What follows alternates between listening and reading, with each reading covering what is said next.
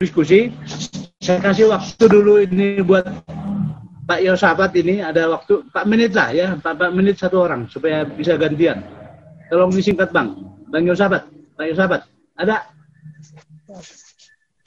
Silakan Anda ada sendiri. Udah. Nyalain dulu. Ya. Aku. Ya udah ya. Dari situ aja suruh ngomong dia kan bareng di rumah. Malam. Selamat malam, udah tua, kakak adik semua ya, sehat-sehat ya semua ya. Oke. Selamat malam. Ya, perkenalkan saya Yosafat Saragi Turnip. Saya dulu saat tahun 2018 itu bareng sama Uda Arjon penelitian di Bandung.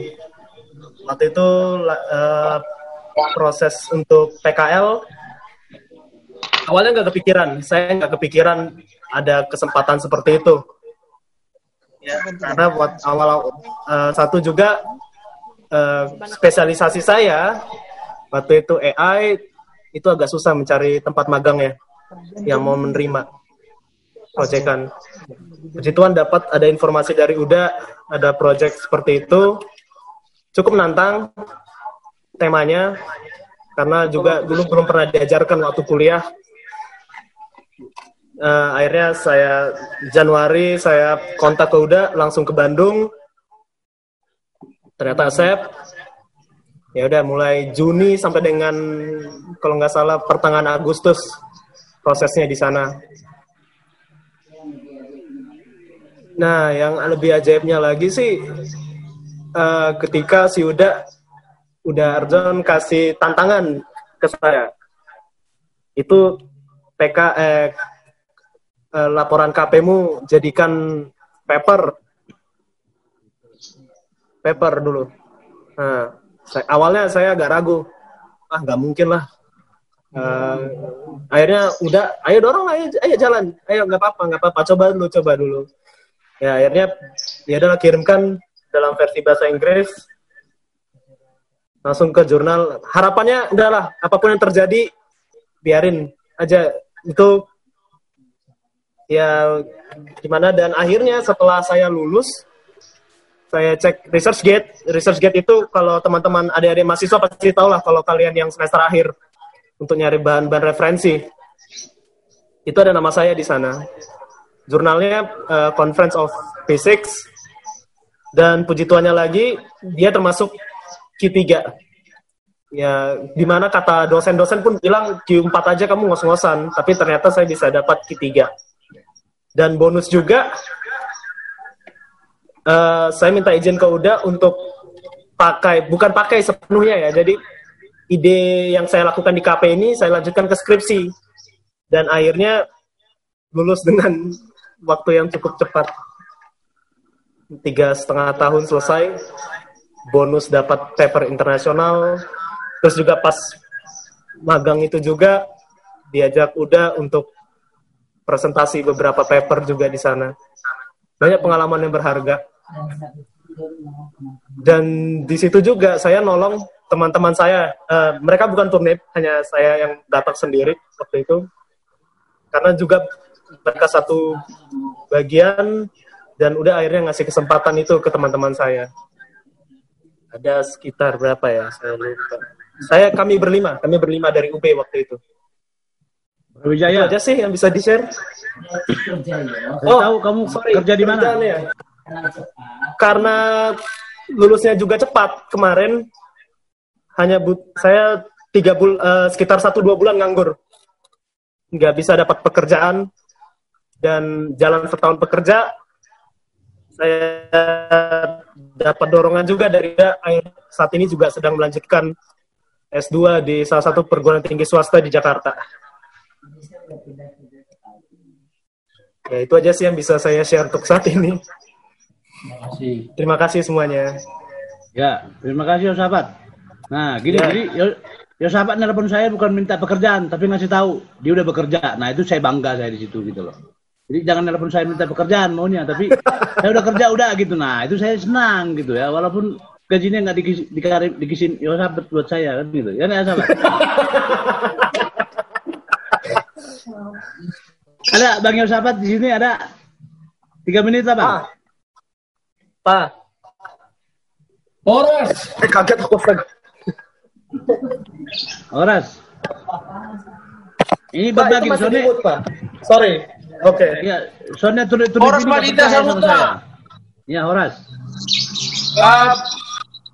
Ini testimoni dari saya. Terima kasih banyak untuk Bapak Dolf yang udah membimbing anak kami Yosafat. Dalam waktu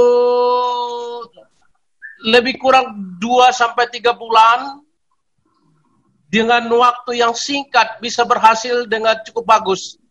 Tidak disangka dengan proses itu Bapak Dolf sudah memberikan banyak perhatian, bimbingan, baik bimbingan studi, bimbingan mungkin mental juga, karena beliau itu tinggal di rumahnya Bapak Dolf.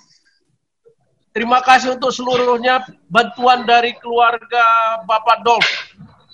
Semoga kedepannya Turnip ini tidak segan-segan juga untuk connect ke Bapak Dolf yang menyisihkan waktunya untuk belajar dan belajar. Mengorbankan banyak waktu untuk Turnip, khususnya untuk Turnip. Jadi, saya tidak terlalu banyak involve untuk masalah pendidikannya si Yosafat. Mungkin Bapak Dolf yang lebih tahu apa yang dikerjakan, apa yang hasilnya. Dan sekarang, puji Tuhan, ya dia sudah bekerja dan masih studi lanjut. Mungkin ke depannya tetap akan kontak ke Turnip, khususnya Bapak Dolf untuk perkembangan dan pengembangan studinya.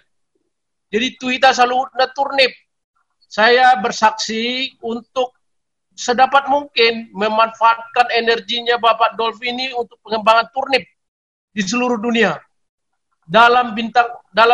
Di bidang apapun. Imajolo na boy hupa buatu hita di Panoraon. Mudah-mudahan sukseslah Bapak Dolf, sukses Turnip untuk seluruh Indonesia. Horas. Amin. Amin. Ya. Jadi lanjut dulu ini ada Pak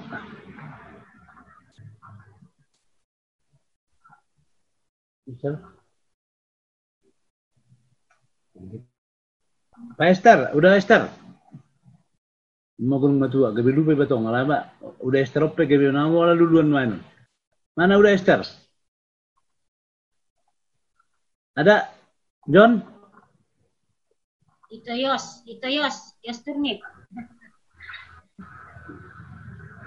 Mana ya? Halo.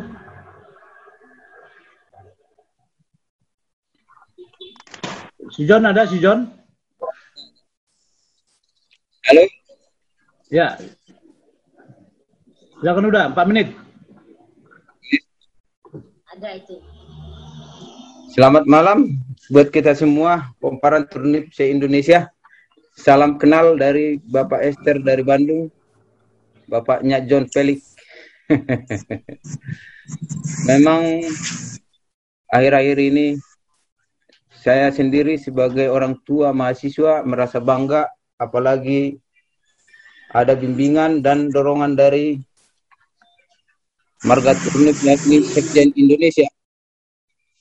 Untuk itu saya berterima kasih karena anak saya yang pertama, Esther Turnip,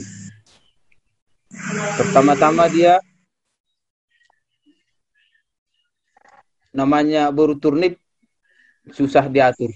Tapi aku tegas dan saya titipkan di rumah Bapak Arjon, puji Tuhan dalam jangka 3,5 tahun bisa kelar dari S1. Puji Tuhan juga bisa langsung kerja di BCA.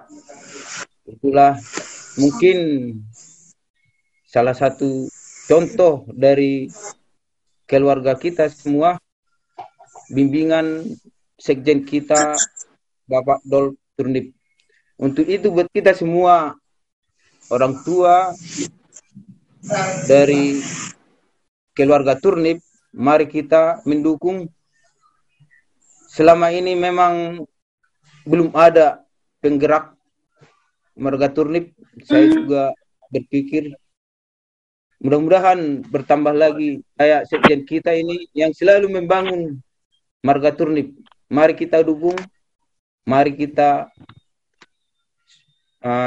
sanjung, mari kita dorong anak-anak kita untuk bergabung di generasi Turnip yang akan datang. Terima kasih buat Bapak Dol, Bapak Arjon. Semoga sehat selalu untuk memajukan generasi Turnip ke depannya. Terima kasih untuk kita semua orang tua. Mari kita mengajak, mari kita mendorong anak-anak kita untuk berpartisipasi dalam generasi muda Turnip se-Indonesia. Salam dari saya dari Bandung. Terima kasih.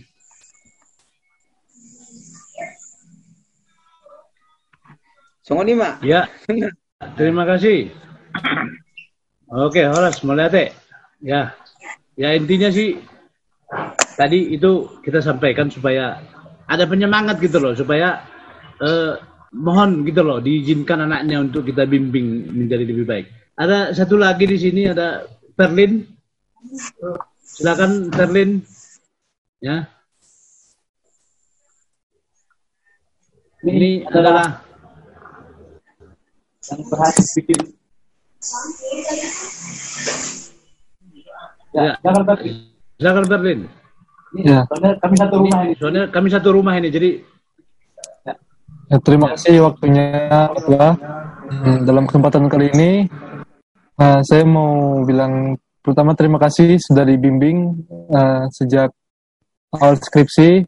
Ya, awalnya itu kan pertama dari pengumuman orang tua di Lampung sana, di Tulang Bawang tepatnya. Terus dikabari sama Bapak, ditelepon, tolong hubungi ini. Gitu, panggil aja Bapak Tua, namanya Bapak Tua Arjon Turnip. Nah, jadi kan pertama kan semulanya saya skripsi dari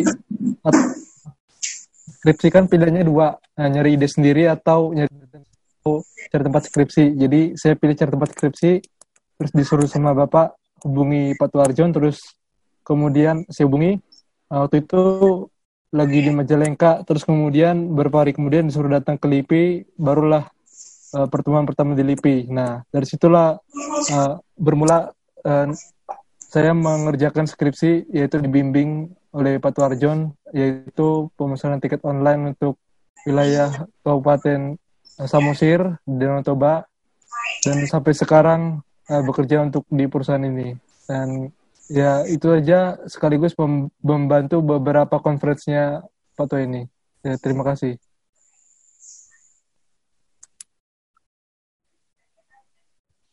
Ada orang tua di sini?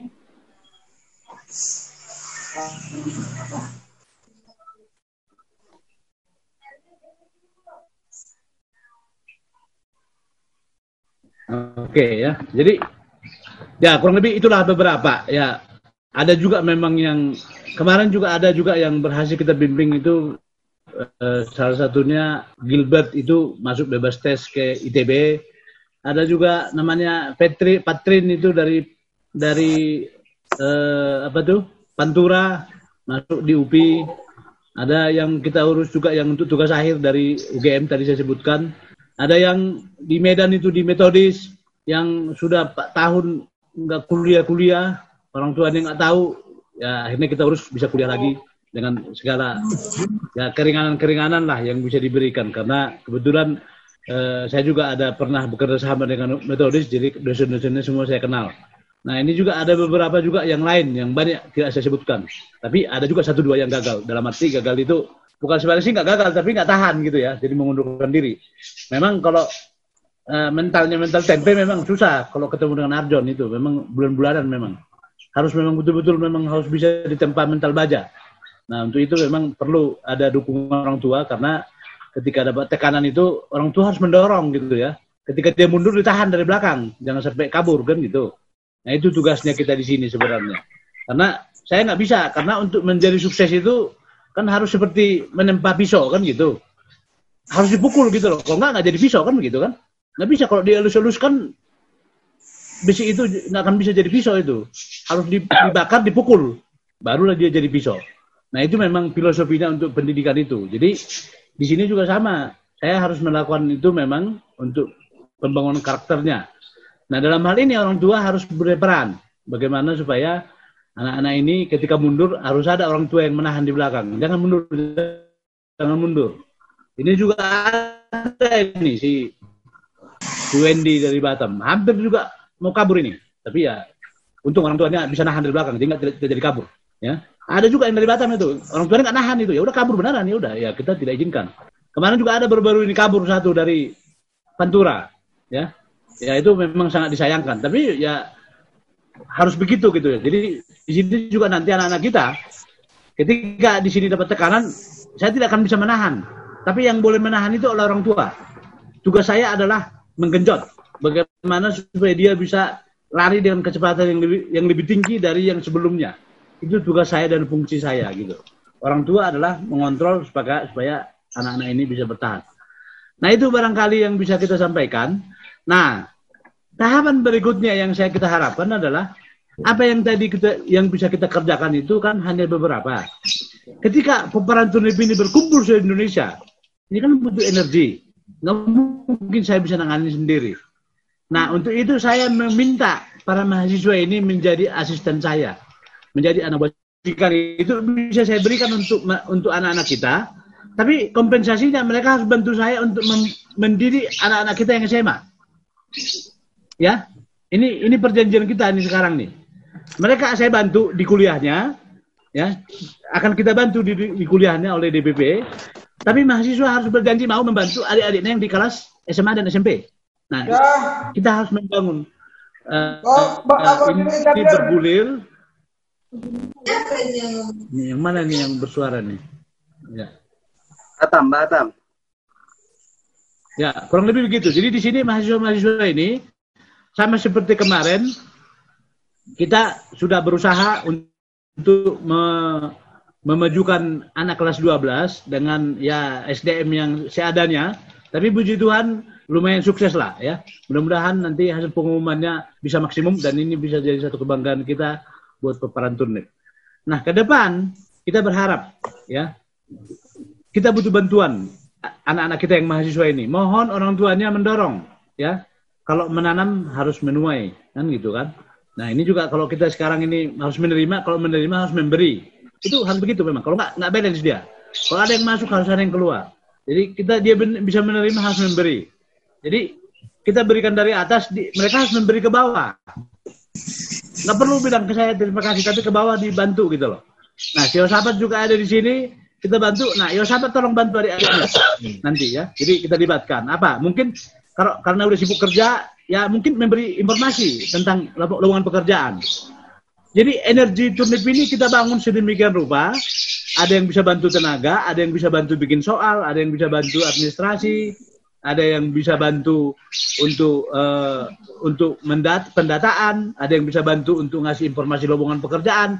Kalau ini bisa kita sinergikan walaupun turnip ini kecil, saya pikir kita bisa lebih cepat untuk maju. Itu keyakinan saya gitu loh, atau keyakinan kita semua. Jadi mari kita bersama untuk maju.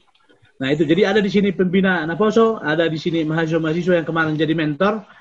Mereka juga kemarin pada saat doa bersama itu sudah meminta, mohon kepada kita orang tua, izinkan saudara-saudara kami yang sedang kuliah untuk membantu kami. Ini juga permintaan saya hari ini, ya. Ini juga harapan saya hari ini. Mohon kita yang ada di sini, yang memang khususnya punya anak yang mahasiswa yang sedang kuliah, mohon didorong anak-anak kita ini untuk bisa kolaborasi dengan tim yang sudah ada sebelumnya untuk membantu pembimbingan pendidikan untuk minimal kelas 10 sampai kelas 12 yang ada sekarang, supaya tahun depan itu kita bisa dapat produk yang dengan kualifikasi yang lebih bagus lagi dan lebih bagus lagi. Nah itu mungkin gambaran dari saya sebagai mungkin yang menggagasi untuk pendidikan ini. Dan secara khusus juga kepada kita di sini, kita minta mohonlah jadi duta untuk kebaikan kita demi kebaikan turnip di daerah kita masing-masing. Ya, mohon dibantu pengurus-pengurus yang ada di wilayahnya untuk mensinergikan program ini untuk meyakinkan saudara kita bahwa kita tidak akan meminta bayaran, enggak. Kita hanya minta tolong anaknya diizinkan untuk dibimbing dengan sepenuh hati. Ya, Kalau memang anak kita ada yang kekurangan kuota, kita akan carikan bantuan untuk mengisi kuotanya. Itu adalah keinginan besar kita atau janji kita untuk membangun Turnip ini. Nah, jadi itu tolong dibantu kita pengurus, tolong dibantu pengurus yang ada di daerahnya. Jadi saya kira demikian yang bisa saya sampaikan. Mungkin kalau ada yang kurang lebih atau ada yang perlu yang mau ditanyakan atau mungkin yang perlu ada masukan untuk menyempurnakan program kita ini, kita buka forum ini untuk semuanya. Silakan buka di unmute semua masing-masing. Ya, kalau ada juga mungkin nanti tambahan dari Ketua Pembinaan Aposo itu Peri Turnip juga silakan ada masukan. Saya kira ini sekarang kita acara bebas atau ada usulan. Terima kasih. Halo. Ya, halo.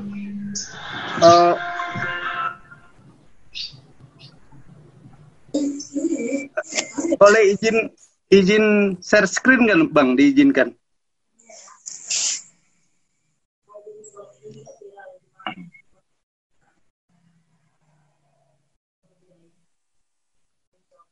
Halo. Halo, selamat malam. Perkenalkan, saya Peri Turnip. Salam kenal bagi yang belum kenal. Salam kenal kembali bagi yang udah kenal. Saya tinggal di Bandung. Ngomong-ngomong, screen saya sudah kelihatan belum? Sudah. Oke ya, saya minta izin waktu kurang lebih 5 menit atau 7 menit lah ya. Mohon dikasih waktu. Intinya saya juga bakal mendukung tadi ide yang dibilang Bang Arjon, karena saya memang ya di sini tugasnya kalau di DPP itu wakil pendidikan dan kepemudaan di PPRTBI, dan saya akan share sedikit, semoga bisa memvalidkan apa yang dibilang Abang tadi. Pertama tadi kan Abang Arjon itu bertanya kenapa Turnip gak banyak yang mau diajarin. Mungkin jawabannya adalah katanya Nabi itu nggak dihargai di kampungnya. Jadi memang kita yang Turnip ini tidak akan dihargai di kampungnya. Butuh marga Panjaitan mungkin yang jadi pembicara supaya didengarkan. Jadi itu mungkin filosofinya. Tapi saya akan share beberapa dulu. Yang pertama adalah saat kita mengenal atau tadi dengar juga istilah industri 4.0 segala macam. Saya bakal menerjemahkan lebih rinci yaitu lewat gambar ini. Apa itu 1.0? Saat kita bertani itu di foto yang kiri ini menanam padi masih pakai tangan. Apa itu 2.0? Itu saat menanam padi itu dengan mesin gitu. Tapi saat ini begitu kasus ini muncul pertanyaannya, bisa nggak petani konvensional ini mengalahkan yang kanan? Jawabannya tidak bisa gitu. Secara teknis, makanya produksinya banyak di Indonesia gitu. Karena mereka memproduksinya dengan massal. Kita memproduksinya dengan manual begini gitu. Itu sekaligus tantangan buat kita. Kenapa sumber daya manusia itu perlu ditingkatkan. Baru yang kedua, ini soal merawat padi yang tadi. Kalau petani Indonesia pupuknya pakai semprotan ini, kalau bisa dilihat. Kalau di kanan ini, bagi orang yang belajar sains atau fisika lebih tepatnya, menyiram ini bisa pakai balon dan simple pekerjaannya gitu. Dan di saat yang sama, mau menyiram padi yang 1 hektar, yang di kanan ini 5 menit udah selesai. Yang di kiri ini butuh 1 harian. Otomatis biaya produksinya yang kanan bakal menang gitu. Makanya jangan heran kenapa kita miskin gitu, karena kita memang masih yang kiri ini gitu. Lalu berikutnya, setelah padi itu ditanam, dirawat, memanen nih. Nah ini kebetulan sama-sama 3 orang, tapi di kanan ini orang India ini lihatlah, memanen padinya itu tinggal jalankan mobil aja gitu. Kita 1 harian di situ gatal lagi badannya kalau yang pernah bertanam padi. Jadi persoalan kita itu memang masih di 1.0 gitu loh. Saat dunia udah 4.0 gitu. Semoga bisa dibayangkan berapa jauhnya kita tertinggal gitu. Dan itu mestinya menjadi semangat kita untuk mengembangkan sumber daya manusia itu sendiri gitu. Lalu, ini juga simbol yang lain, yaitu gimana kita mau bersaing dengan cangkul disaingkan dengan traktor gitu. Otomatis kita sudah kalah duluan. Foto yang kanan ini sengaja saya ambil, ini punya Marga Turnip ini. Saya kenal lewat Facebook, namanya Bang Edward. Waktu itu idenya adalah PPRTBI belum aktif waktu itu, masih cuma grup Facebook. Lalu saya lihat Tugu Turnip itu udah jorok. Lalu saya tanya, bisa nggak kita bersih sama-sama, saya bilang. Nah, Bang Edward ini semangat waktu itu membersihkan, dan dari situlah saya kenal Bang Edward. Tapi yang mau saya ceritakan di sini tadi, bahwa traktor ini pasti menang dengan cangkul yang di kiri. Makanya kita memang butuh update skill gitu, supaya jangan kalah sejak persaingan. Salah satu cerita yang lain ya, karena saya orang matematika, di matematika itu ada persoalan mencari bilangan prima namanya. Dan mencari ini butuh 75 superkomputer. Nah, di saat yang sama, ITB aja di Indonesia cuma 1 superkomputernya. Jadi bayangkan, jangankan kemampuan otak gitu ya, kemampuan alat aja kita memang udah nggak bisa bersaing gitu. Apalagi otaknya dongkol, itu lebih parah lagi gitu. Itu sebagai gambaran mengantarkan kita untuk berbicara 4.0. Tadi saya bilang bahwa kebanyakan di Indonesia itu masih 1,0, belum 2,0. Sebagian sudah masih 2,0. Dan yang lebih gilanya adalah, kalau kita nanti sudah sampai 4,0, saya mau ngasih tahu bahwa dokter Amerika aja boleh ngoperasi pasien di Indonesia gitu loh, dengan mesin. Disitulah kombinasi semua pengetahuan itu digunakan. Jadi yang ngoperasi itu robot, yang gerakinnya dari Amerika gitu. Jadi bayangkan, profesi dokter aja yang paling keren, itu bisa terancam gitu.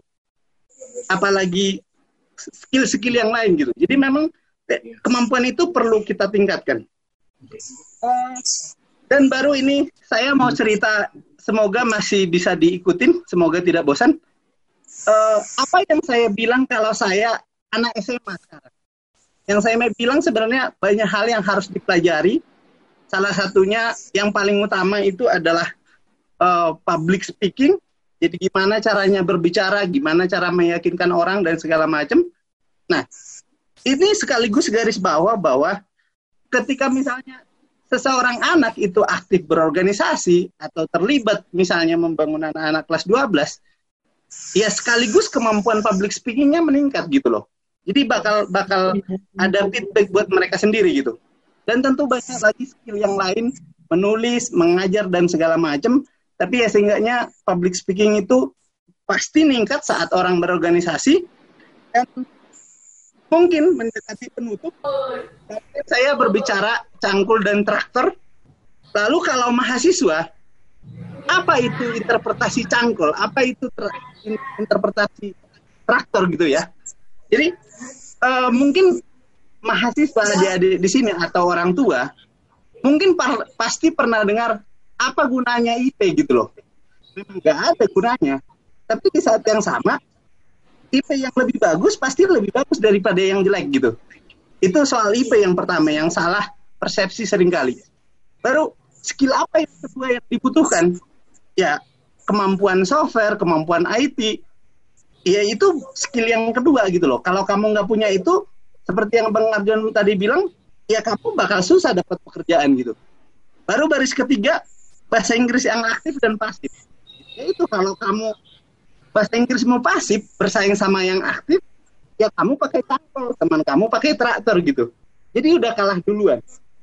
Juga organisasi dan publikasi sekaligus, ya orang-orang yang punya itu tadi kan seperti saya ceritain, kalau orang aktif, dia kemampuan public speaking-nya yang lain-lainnya naik gitu.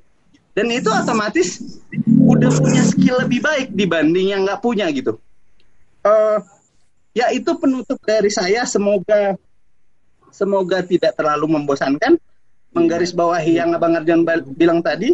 Dan sebagian yang mungkin pernah dengar saya berbicara juga, di slide saya selalu ada kata-kata yang kecil ini, the only limit is your imagination. Kalau di bahasa Indonesiain, satu-satunya yang membatasi kita itu adalah imajinasi kita gitu.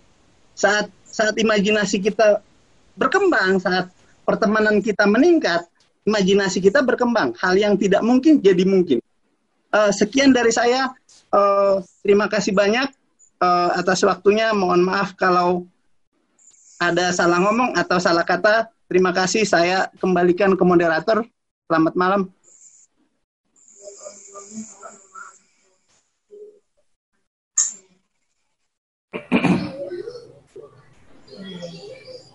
Ya, terima kasih Ferry. Tadi di sini ada Abang Ridin tadi dari birokrat. Barangkali tolong Bang dari birokrat bisa memberikan gambaran bagi anak-anak kita ini yang mau masuk PNS atau birokrat supaya dikasih gambaran. Mohon Abang Ridin bisa memberikan waktu. Ini Ketua DPW Sumut 1.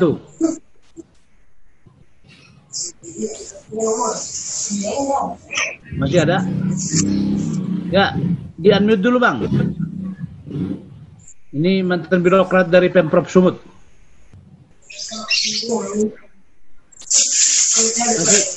unmute dulu Bang. Ini, saya nggak bisa unmute. Ya. Udah. Oke, udah bisa Bang. Ya. Terima kasih buat Pak Sekjen yang telah memperhatikan sumber daya manusia daripada keluarga besar Turnip ini. Dan ini adalah merupakan sebuah, atau bukan sebuah, merupakan cita-cita yang mulia daripada orang tua kita terdahulu. Hanya saja di masa ini dengan adanya Sekjen kita ini dapat mempeloporinya lebih aktif lagi. Jadi terkait dengan kesiapan sumber daya manusia bersaing di dunia kerja, khususnya untuk birokrat, bahwa kita harus memiliki nilai lebih, terkhusus di negara kita Republik Indonesia yang sangat majemuk. Kita harus menyadari posisi kita dari sisi minoritas, dari suku, dari agama, dan ini mempengaruhi daripada mempengaruhi kita bersaing di dalam dunia kerja. Jadi untuk birokrat juga pada masa ini, terima kasih buat pemerintahan sekarang dipimpin Bapak Jokowi, bahwa nilai-nilai objektivitas sudah dijunjung. Dan untuk inilah seluruh generasi muda Turnip harus mempersiapkan diri sebaik mungkin. Dan saran saya bagi anak-anak kami dan juga bagi kita orang tua, marilah kita mendukung dengan sepenuh hati cita-cita kita ini yang dilaksanakan atau yang dimotori oleh sekjen kita, walaupun dia sebagai sekjen, namun dia kelihatannya bersifat general. Bagaimana membangun Turnip ini ke depan. Barangkali itu dulu Pak Sekjen. Dan salam untuk semua. Ya, terima kasih Abang Ketua DPW Sumut 1.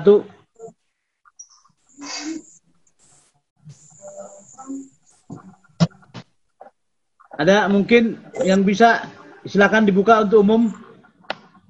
Boleh bertanya, boleh memberikan masukan.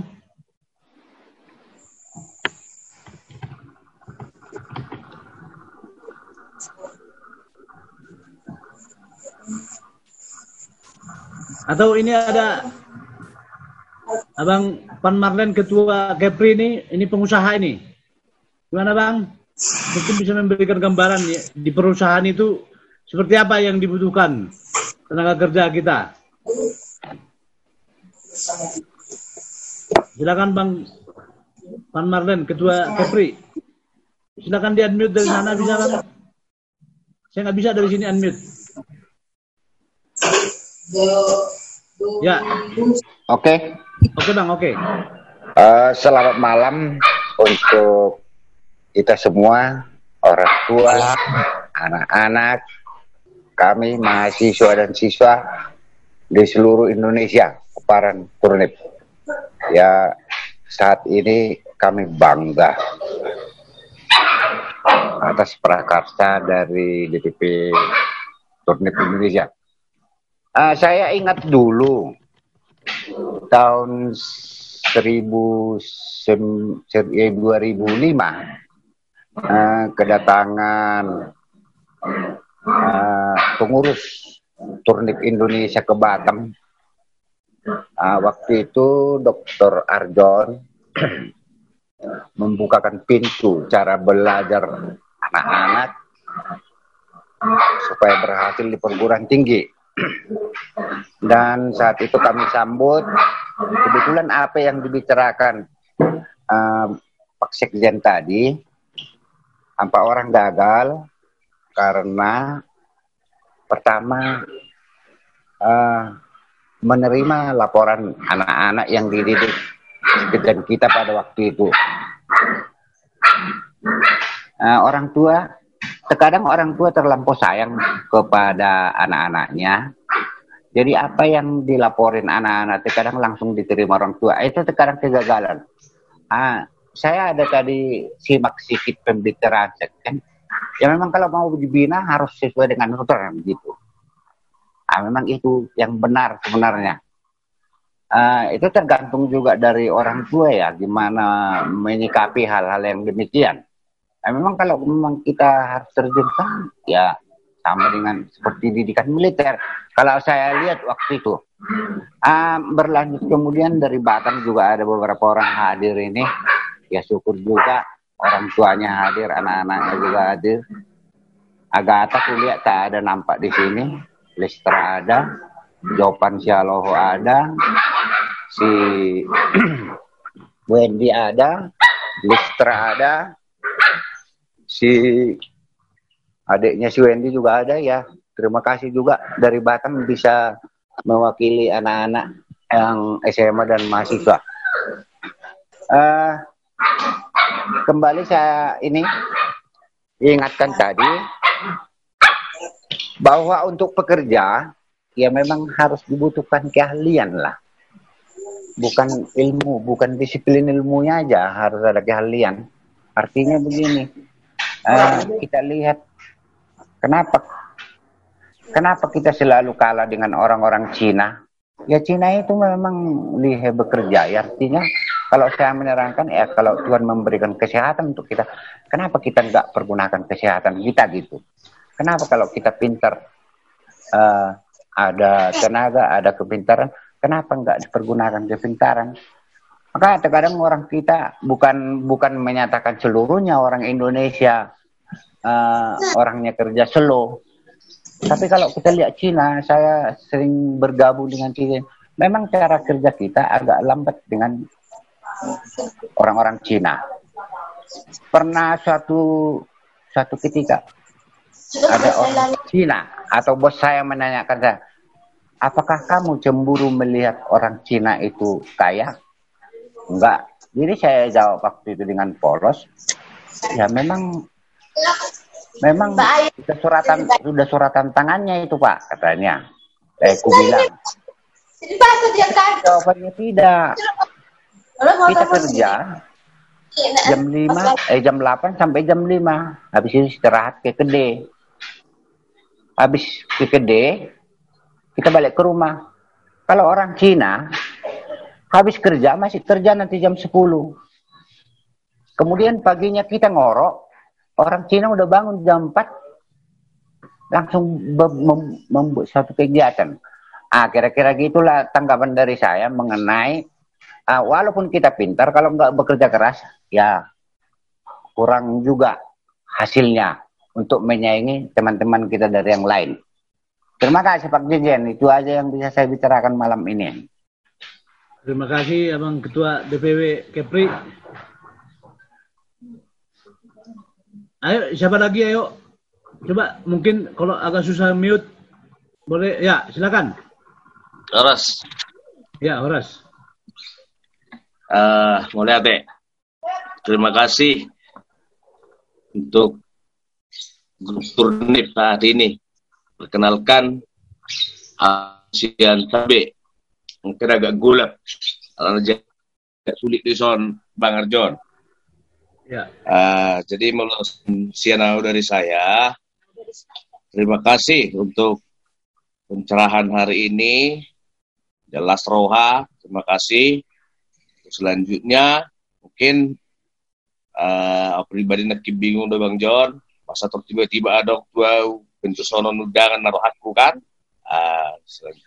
Intinya di anak kota Paparan di Turnip mengido si Turnip Roha tetap pantau abang atau enggak non sehingga metutu dalam dengan sude Paparan Turnip lambaran guardia punta itu mungkin saran na budakon mau lihat tema di hita Horas isu kono nak teh Bang Jericho Turnip di Polmed Medan. Oh ya, saya sudah kenal saya kebetulan. Ya, dohok dari mana di Jumon. Oke, mulai deh. Ya. Ada lagi kira-kira? Selamat malam. Ya, selamat malam. Abang Ketua Riau, Pekanbaru. Horas. Selamat malam Bang Nada. Horas, ya. Naparjulu kami sian Riau lengkap doh kami hadir dalam pertemuan. Puji Tuhan, mulia teh. Artinya saya Turnip, saya Boru. Jadi dan jumlah natongkan lengkap. Berena ya. Dia Berena. Berenya ini. Ada masuk Bere. Ini berenya. Terima Bang. Apa ini kuliahnya ke 100? 50 Pak. Iya. Karena pertemuan kita malam ini intisarinya juga adalah kelengkapan. Bagaimana Paparan Turnip ini ke depan memiliki ilmu yang lengkap sehingga mampu dan siap untuk bersaing ke depan. Inilah yang menjadi harapan dan keinginan kita orang tua kepada Sekjen yang telah menggagasinya, memberikan waktunya, pikirannya, tenaganya. Seharusnya kita Paparan Turnip bisa dan dapat menghargai ini. Karena dengan kita menghargai, maka manfaat yang kita peroleh adalah untuk kita, untuk pribadinya, dan ke depannya bisa kita jadikan menjadi bahan memberikan, berbuat kepada generasi selanjutnya. Sehingga ke depan generasi Turnip sebagaimana harapan dan yang diprogramkan oleh DPP, kemungkinan besar dalam 10 tahun ke depan Turnip itu akan kelihatan di berbagai sektor. Dan kalau kita membuat pertemuan di kampung kita Simanindo, tentu memberikan warna yang tersendiri. Karena yang datang pun sudah memiliki kemampuan yang memadai. Inilah menjadi harapan kita ke depan. Mudah-mudahan dari Riau ke depan bisa lebih banyak yang lebih aktif untuk ikut dalam pertemuan kita. Terutama kepada anak kami, Reski dan Kevin. Begitu juga Ayu sebagai Bere yang sudah ikut dalam pertemuan ini. Apa yang menjadi harapan daripada Sekjen itu, ya memang harus seperti itu. Tanpa mau digenjot, ya tidak pernah naik ke atas. Pasti di bawah. Kalau mau di bawah, ya silakan mundur. Nah kalau mau maju, ya harus mau menerima tantangan. Saya sangat setuju, sangat mengapresiasi apa yang menjadi masukan, arahan yang diberikan oleh Sekjen tadi. Saya pikir Carlo, Ya, kebetulan. Iya, agar semangat untuk pertemuan ini ya. Semoga dari Riau bisa lebih maju dan bukan turnip kelihatan. Ya, itu yang bisa saya sampaikan dalam pertemuan ini. Mudah-mudahan Sekjen tetap dalam lindungan Tuhan dan begitu juga pengurus DPP yang selainnya. Terima kasih. Selamat. Udah dibuka semua. Ya. Terima kasih. Halo Eda. Pekanbaru. Itu Ya, ada lagi. Siapa kira-kira berikutnya? nggak lihat. Oke, silakan Ito ini ya, Ito atau kakak ini. Nang, Minang. Nyonya Turnip. Oke, harus mainang. Baik, kamu mak. Ini Amang, tadi kan sudah dijelaskan itu ada mencapai sukses itu ada tangga ke atas kan, ada secara formal kita peroleh anak-anak kita, ada secara informal. Nah menurut saya itu benar, tapi ada aspek yang paling penting, yaitu aspek agama, supaya anak-anak yang sudah punya kepandaian, punya aktivitas yang tinggi, kreativitas yang tinggi, dia tidak akan mengalami putus asa. Misalnya dia hanya bisa kalau mau bersuara ditarik ke mute-nya itu ya. Di tangga kelima, tapi harapannya tangga ke-8. Dia tidak bisa ke-8, tapi akan memperoleh putus asa atau kecewa. Sehingga bisa aja banyak anak-anak yang mengalami banyak bunuh diri dan lain sebagainya. Atau narkoba, seperti itu Amang ya. Jadi dia kecewa, dia pandai, dia punya kreativitas, tapi tidak tujuan dia itu tidak tercapai gitu. Hal ini kan karena ada faktor Tuhan menciptakan kita dengan